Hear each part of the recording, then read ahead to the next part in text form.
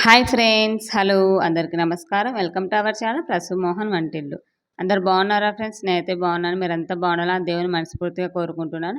మరో బ్లాగ్‌తో అయితే మీ ముందుకు వచ్చేసాను. ఇంకా బ్లాగ్స్ పెట్టక చాలా రోజులైపోయింది. అంటే పూజకు సంబంధించిన బ్లాగు ప్లస్ ధూపం ఎలా వేసుకుంటాము, ఎలా క్లీనింగ్ చేస్తాననేది బ్లాగ్ పెట్టక చాలా రోజులైపోయింది. అప్పుడెప్పుడో 3 మంత్స్ బ్యాక్ అయితే పెట్టాను. ఇంక తర్వాత పెట్టలేదనమాట. సో, ఇవాళ అయితే గన నా ఒక మంచి పూజ బ్లాగ్ అనేది మీతో షేర్ చేసుకుంటున్నాను. ఇంకా మనకు మంత్లీ మనం క్లీనింగ్ చేసుకుంటూ ఉంటాం కదా! అంటే లేడీస్ ప్రాబ్లమ్ ఉన్నప్పుడు ఖచ్చితంగా కొన్ని అంటూ పాటిస్తూ ఉంటాం కదా! పద్ధతులు అనేవి. సో, నేను ఎలా చేసుకుంటాననేది మీతో షేర్ చేసుకుంటున్నాను ఫ్రెండ్స్. ఎలా అనిపించిందో నాతో షేర్ చేసుకోండి. ఇంకా నేనైతే ఇలా 5 డేస్ అయిపోయిన తర్వాత 6 డేస్ ఉంటాయి. సిక్స్త్ డే వచ్చేసి నేను ఇంటి మొత్తం క్లీన్ చేసుకుంటాను ఫ్రెండ్స్. అంటే మొత్తం అంతా బూజు ఇవి దులిపేయడం గానీ, బెడ్‌షీట్లు అన్నీ క్లీన్ చేసేసిన తర్వాత దేవుని గది లాస్ట్‌లో క్లీన్ చేస్తాను.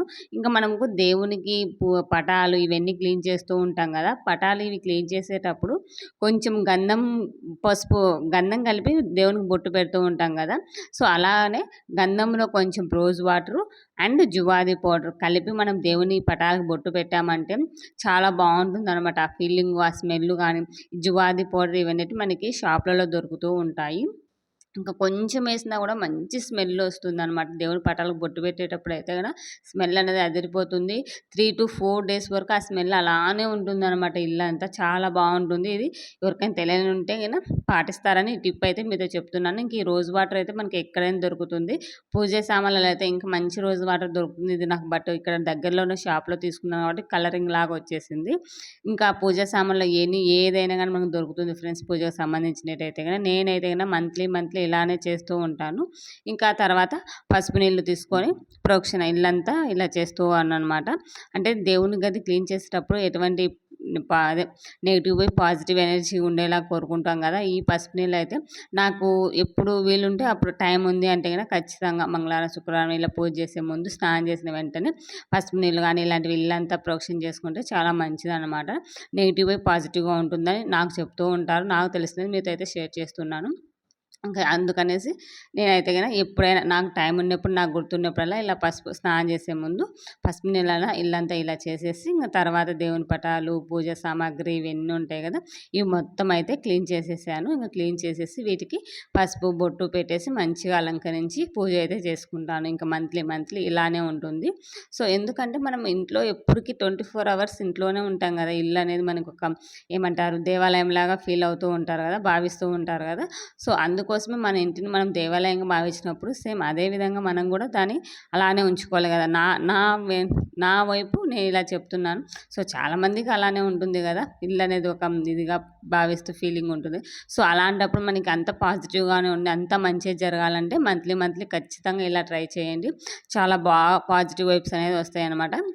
ఇంకా ఇలా బొట్టు పెట్టేటప్పుడు చెప్పాను కదా! గంధంలో జువాది పౌడర్, రోజ్ వాటర్ కలిపి పెట్టారంటే చాలా మంచిగా ఉంటుంది. స్మెల్ గానీ ఇల్లంతా అరోమా వచ్చేస్తుంది. ఇంకా నెక్స్ట్ సెకండ్ వచ్చేసి ఇలా దేవుని గదిలో ఎప్పటికైనా సరే రాగి చెంబులో కొన్ని వాటర్ పెట్టాము అంటే గంగాజలం అదే సంబంధం దానికి సంబంధించి సో, చాలా బావుంటుందనమాట. ఎప్పటికి మన ఇంట్లో లక్ష్మీదేవి అలాగే స్థిరంగా ఉంటుందని చాలామంది నమ్ముతూ ఉంటారు. సో, నేను కూడా నమ్ముతానండి. పెద్దదేం అవసరం లేదు. చిన్న రాగి గింజ లేదంటే ఏదో ఒక గిన్నెలో అయినా పెట్టి మనము దేవుని గదిలో ఈ ఈశాన్య మూలంలో పెట్టామంటే చాలా మంచిదనమాట.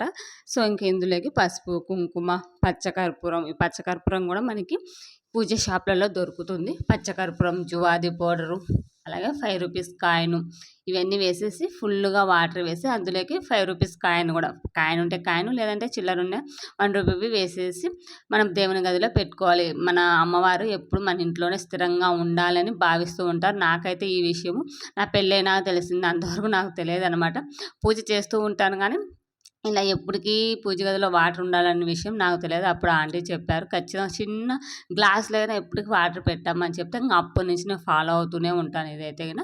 ఇంక తర్వాత ఇలా రాగి చెంబుని ఇవన్నీ పెట్టేసుకున్న తర్వాత మంచిగా ఫ్లవర్స్ పెట్టేసి పూజ అయితే కంప్లీట్ చేసేసుకున్నాను. ఇంక నేను చెప్పాను గదా! అసలు నాకు ఈ పూజ చేసిన రోజు చాలా బావుంటుందండి. ఇల్లంతా ప్రశాంతంగా ఏదో తెలియని ఫీలింగ్ లాగా ఉంటుంది. సో, ఇలా ఉండాలంటే ఖచ్చితంగా మంత్లీ వన్స్, ట్వైస్ ఒకసారి లేదా 2 సార్లైనా ఎప్పుడు వీలైతే వీలైతే అప్పుడు చేసుకోవడానికి ట్రై చేయండి. ఇంకా నేనైతే ఇది లాస్ట్ సాటర్డే చేశాననమాట. కార్తీక మాసం 2వ వారం కూడా నేను పూజ, పౌర్ణమి ఇవి ఏవి చేసుకోలేదండి. ఈసారి అయితే గన ఫస్ట్ టైం కార్తీక పౌర్ణమి రోజు దీపాలు పెట్టకపోవడం అనేది. ఇంకా నిన్న థర్డ్ మండే అయితే పెట్టేశాను. అదే మనకు ప్రాబ్లమ్స్ ఉండేటే కదా! సో, ఇవన్నీ అయిపోయిన తర్వాత మంచిగా క్లీన్ చేసేసుకొని ఈ మండే అయితే పెట్టేసాను. ఆ బ్లాగ్‌తో మీతో షేర్ చేసుకుంటాను. ఇంకా ఇక్కడైతే హారతి ఇచ్చేటప్పుడు ఖచ్చితంగా మా వాడొచ్చి గంట కొట్టాల్సిందే అనమాట. బాగా మంచిగా గంట కొట్టి దండం పెట్టుకొని వెళ్తాడు.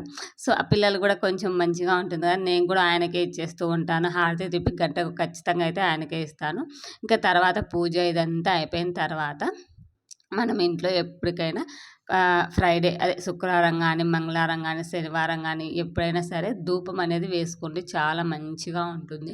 అంత మంచే జరుగుతుందని నమ్ముతాను. నేనైతే గిన ఆ స్మెల్ అనేది ఇంట్లో ఉన్నప్పుడు సాంబ్రాణి నేనైతే గిన ఇవి సాంబ్రాణి, చక్కెర, గుగ్గిలం ఇవన్నీ ఉంటాయి కదా! ఇవన్నీ మిక్సీ కచ్చా పచ్చాగా పట్టేసి ఒక బాక్స్‌లో అయితే పెట్టేసుకుంటాను. దగ్గర దగ్గర 1 ఇయర్, 2 ఇయర్స్ వరకు నాకు స్టోర్ ఉంటూ ఉంటుంది. కొంచెం కొంచెం తెచ్చుకొని అన్నీ కలిపేసి ఒక బాక్స్ స్టోర్ చేసుకుంటాను.